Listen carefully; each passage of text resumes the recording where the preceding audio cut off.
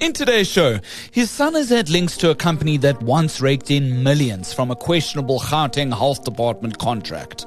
Now, this business, tied to Deputy President Paul Mashatile's lad, not only has a fat tax bill and even changed its name to that of a major German city, but it's no longer doing business with the South African state either. Investigative journalist and author Kyle Cowan tells us why in this exclusive next. They have been removed from something called the Central Supplier Database. So anyone who has ever done business with government will know that your company or your sole proprietorship or your private entity or whatever has to be registered with the Central Supplier Database. So effectively a database managed by National Treasury. The company is now called 0711 Stuttgart. Now, Stuttgart is a city in Germany. 0711 is the telephone code for that particular part of Germany. So it's an interesting name change. I think, if I may make an educated guess, I think that the name Mashatiles Nokaneng, through the coverage of News 24 and our sister publication Netwerk 24, has received quite a lot of negative press attention. We've written about government contracts, issues around payments of workers that have been laid off, etc. And I think that this is nothing more than a simple attempt to try and sort of divert attention away from that negative publishing. Because, of course, if you Google the new name, 0711 Stuttgart, you are going to come up with a whole lot of posts from, people on social media talking about Stuttgart or Stuttgart the town, etc. So it's never really going to lead you back to them. To know when the next episode drops, hit the like, follow, and subscribe buttons on our YouTube, Spotify, and Apple Podcast channels. In Rauby's pointless Braai quiz for today, who's the star of an upcoming documentary that's now been pulled from South African cinemas? I'll give you the answer at the end of the show after On This Day in South African History. My name's Graeme Robenheimer. This is The Lead, and this is the South African Story.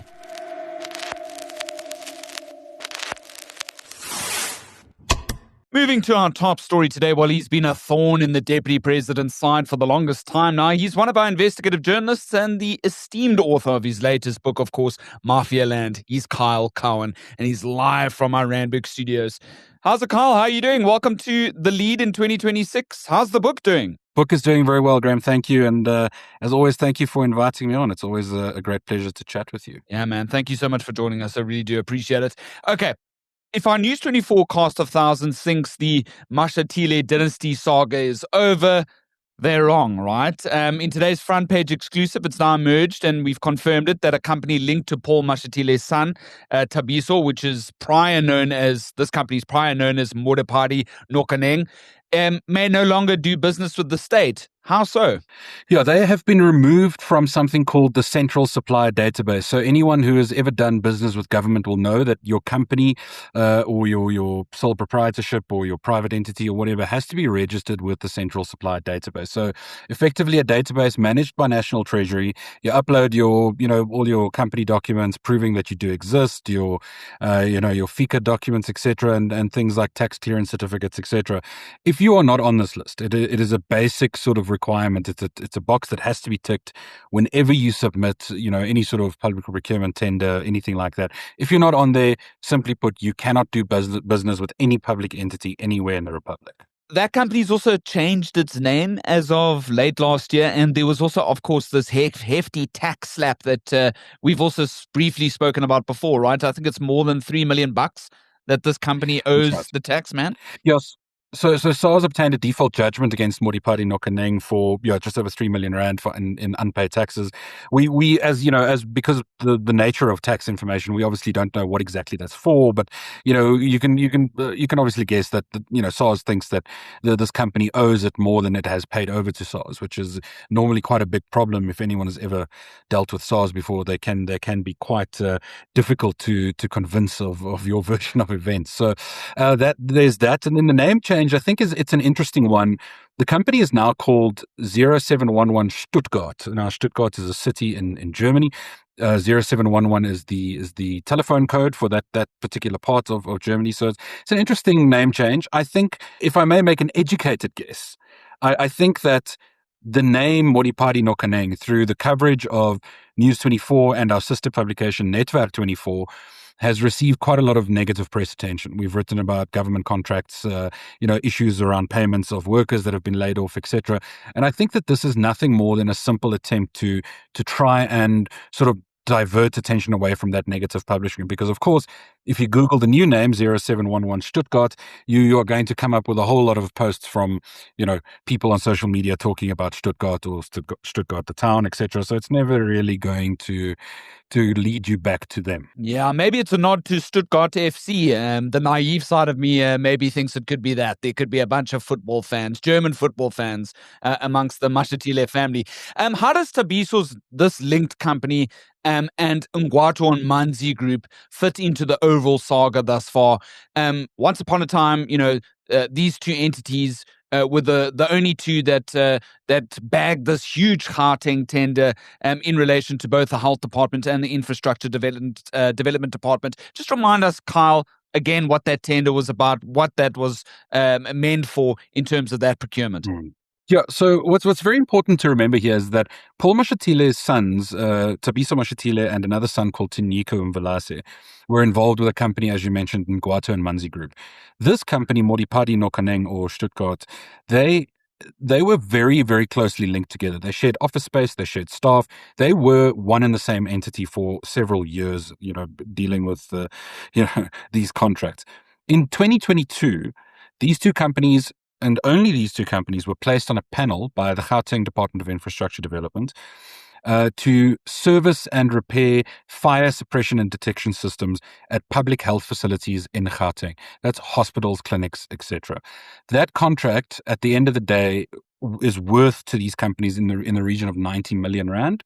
It took us quite a long time to get to the bottom of that, because the figures that were coming out from the Department of Infrastructure Development, initially it was 20, then it was 40, then it was 90.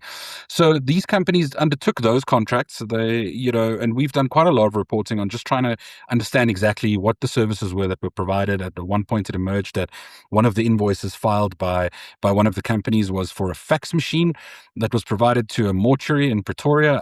I'm not sure, with the South African government, anything is possible. They may still be working on faxes. I certainly don't know if anyone still uses a fax machine. A dying technology gets sent to a mortuary. The irony is not lost on us, eh? Yeah, so I suppose that fax machine is very important to that mortuary, but again, this sort of falls outside the ambit of fire suppression and detection systems, unless, the old printer was the reason why the fire suppression systems weren't working at that mortuary.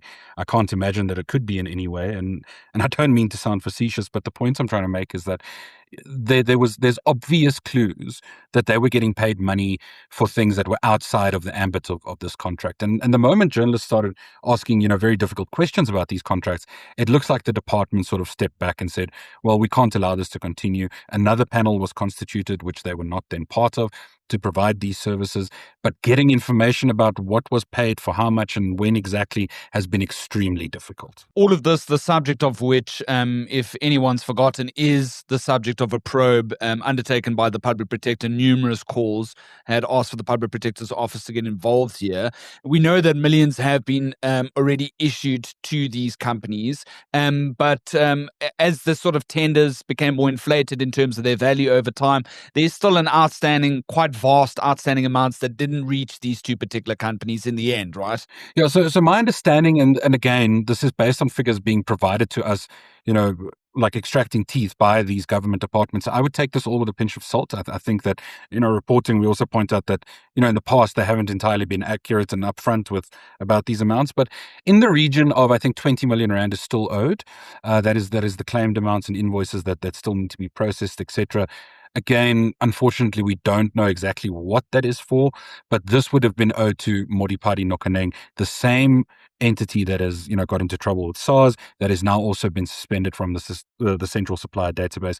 So there are a lot of questions around this company and the way that it's conducted its business that we will have to try and answer, and we have been trying to answer. It's just been proving quite difficult to get access to info. Yes, and of course our colleague Azara Karim, which has rejoined the News 24 investigative journalism team, is going to do a lot of work at that. What do we know about what it takes to have one's company removed from the central database? it would probably elicit a strong response because only National Treasury has that power to do so. It would obviously can't just happen overnight. Treasury would have to do its own sort of internal look-see to see what the parameters are for a strong measure like this, because getting onto the database to begin with, one would argue in any nation state, is a rather difficult thing.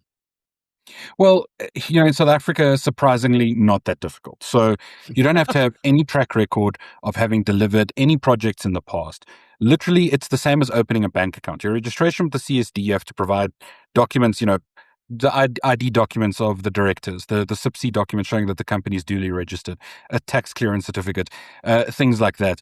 That's all you need to provide to be registered on the database. So there could be a number of reasons why this company has been removed. We've asked National Treasury to sort of explain it to us. We're hoping that they will get back to us and say, well, this is reason X, reason Y. This is, someone asked us to do this, etc.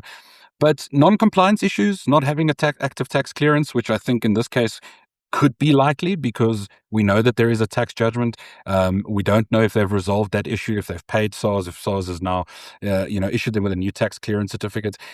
If you don't have that, your registration will lapse. But it's an interesting one because I'm not aware of any case where the central supplier database automatically suspends a supplier. So there must have been some kind of intervention from an individual. There must have been an recommendation or a request to particularly to remove this company. Bearing in mind, they could have removed themselves from the central supplier database. We're just not sure at this stage. We're hoping that National Treasury will be able to enlighten us. I suspect, and again, I don't know, but I suspect it has something to do with their tax clearance certificate. And it's not as if our teams have not been trying to get hold of all the Mashatiles in question for any comment on in black and white in our reporting. I mean, they've just not been forthcoming. And where does this all leave the Ingwato and Manzi group? So the Ingwato and Manzi group, as far as I know, is still operational. It is still going. It's still registered on the CSD. The directors have obviously changed, and between these two companies, the directors have changed multiple times over many years. In my view, it was an attempt to try and avoid some form of scrutiny. At the moment, Ngwatha and Manzi Group's only director is an old school friend of Taniko and Velasquez. They were a couple of years apart in high school. But as far as we're aware, as a result of the investigation, and then obviously steps also taken by the Gauteng Department of Infrastructure Development, I do not think that entity is active. My understanding is that they laid off, between the two companies, they laid off workers that had been employed by one or the other company, more than a year ago. Those workers are owed severance packages. They have not been paid. In my view, I think these two companies are in severe financial distress and not currently operating with any active government contracts. For example, the fire suppression contract lapsed in November of last year. So it's an interesting one. We're going to obviously continue to try and dig to try and understand exactly what is happening. And it's very important, and this is something that our viewers must remember, none of this prohibits them from doing business in the private sector, or being subcontracted to another company that is doing business with government. So there's a couple of avenues that we're chasing, and we're hoping to try and understand exactly what they're up to, because the past evidence suggests that whatever money is going in there, we need to be taking a very close look at. Absolutely. Our taxpayers' money. What do you say to those listening that feel like News 24 has this politically charged tirade or unnecessary bone to pick with the Deputy President? We've been accused of that in the past. Whilst in the same breath, we've also had people on the other side of the curtain accusing us of not coming down hard enough on the ANC or being too ANC aligned. I guess we're doing our jobs. Right, Kyle? Damned if you do, damned if you don't. To be honest, the criticism in some cases is valid. In this case, it is not valid. And I'll say that for one very simple reason. If the ANC maintains any semblance of control over governance after our next couple of elections, being municipal and national, coming up, and then we have an elective conference for the ANC coming up, Paul Mashatile is going to most likely take over leadership of the ANC party. Leadership of the ANC party normally in the past has equated to leadership of the country. When we started looking at Paul Mashatile and his friends and his family, it was very clear that he was going to succeed Cyril Ramaphosa. political developments may change that, but we feel it is our duty to understand every facet of the lives of people who are going to have such extreme power and influence over the currently still the biggest political party in the country. So to those critics, we say, you'll thank us one day when or if Mr. Paul Mashatile does become president, and you then know about him and his family already.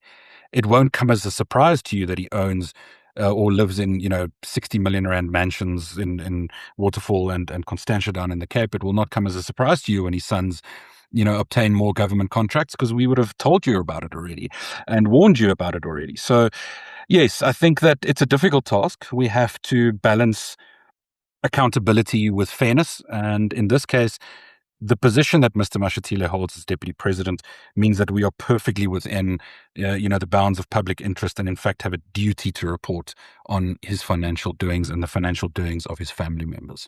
Yeah, because if we look at the history of South Africa in space of time, when it comes down to politics, nepotism's never been that far out of reach. When it comes Correct. to all of the biggest scandals that we've seen during the apartheid years, over the last 100 years or so. Let's end here. Municipal elections are finally upon us. It's a heavy political year. And on that note of the Constantia mansion, which in fact the Deputy President told parliamentarians was he declared it as it being his, although we know that it's a family member's. Whatever gets put in black and white, I think is also quite binding, isn't it, Kyle? But here's Mashatile came out in October, and our colleague Jan Gerber reported on his remarks here. But Mashatile criticized at the time the Western Cape municipal model, of course, the DA's stronghold, claiming that inequality is quite bad here. And of course, this was in response to the president's remarks about how governance is better within the Cape Town Metro. I just thought, those remarks in response. It's very, come on. We're moving to such important elections. I think these contextual matters are going to be very important to have at the frontal lobe as we move to the ballot boxes. No, 100%. And I think if we understand the context of what's going on, the ANC knows it's in trouble. Other parties are circling, blood is in the water. And comments like that by Mr. Mashatile to try and cast doubt on the single biggest opposition party in terms of outright voting numbers, in trying to make them out to be anti-poor, to be, to have exclusionary policies, even though they may not be written down, etc. It is a very age-old political tactic to try and say, oh yes, but never mind about me, what about them? And I think part of what we are trying to do is to try and show up these sort of issues, to say, yes, Paul Mashatile might be criticizing the Western Cape, but he definitely loves to spend time there in his 28 million rand house, which is something that a lot of people say to me, oh well, he's allowed to own a property, he's allowed to have a bit of money. And I said, yeah, sure, he is. I'm also allowed to question it. So at the same time, while you're listening to politicians as they ramp up the rhetoric and the invective over the coming months, just always remember to take a step back and remember the history. Politicians rely on us having collective short-term memories because of the absolute glut of information that is out there. Take a step back. Remember, this is the same party that brought us state capture. This is the same party that gave us Jacob Zuma for so many years. This is the same party that gave us Cyril Ramaphosa. Let's not, make this an anti-ANC thing, but understand that promises are often empty. And if you want good, solid, factual information to base your decisions off of, visit websites like News24. Look at our investigative reporting. Look at what we've uncovered.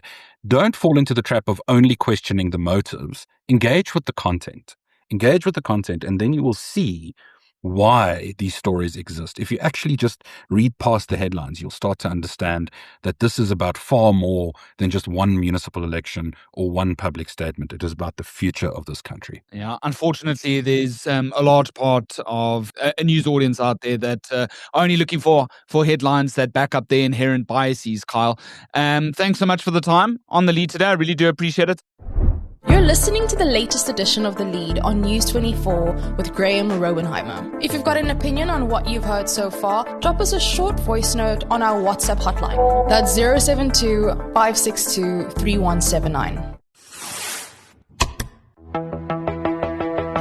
And finally, ending off now with On This Day in South African History, our regular segment. Today's is, of course, the 28th of January. It takes us all the way back to 1942. Well, it was a year before South Africa then decided to take its World War II efforts to the European theatre. 5 power stations were on this day sabotaged in an attempt to disrupt the Rand gold mines during the war. The attacks were carried out by pro-Axis, pro-Nazi sympathizers seeking to destabilize South Africa's war effort.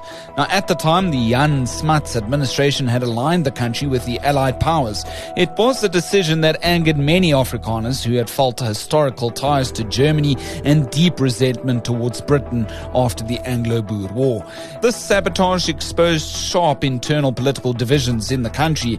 After all, it was a narrow parliamentary vote that allowed Smuts to side with the British in the first place. That's On This Day, the 28th of January 1942, courtesy of South African History Online. Well, for today's Rauby's Pointless Braai quiz, we asked who's the star of an upcoming documentary that's now been pulled from South African cinemas. The answer's, of course, Melania Trump, the US First Lady. Her docu, entitled Melania, is controversially directed by Brett Ratner and is now being panned as nothing more than a quote-unquote vanity project. Meant to release on the 30th of January, News 24's TV correspondent Tinus Ferreira tells us that both Ster Kinekor and New Metro have since removed Melania from their menus.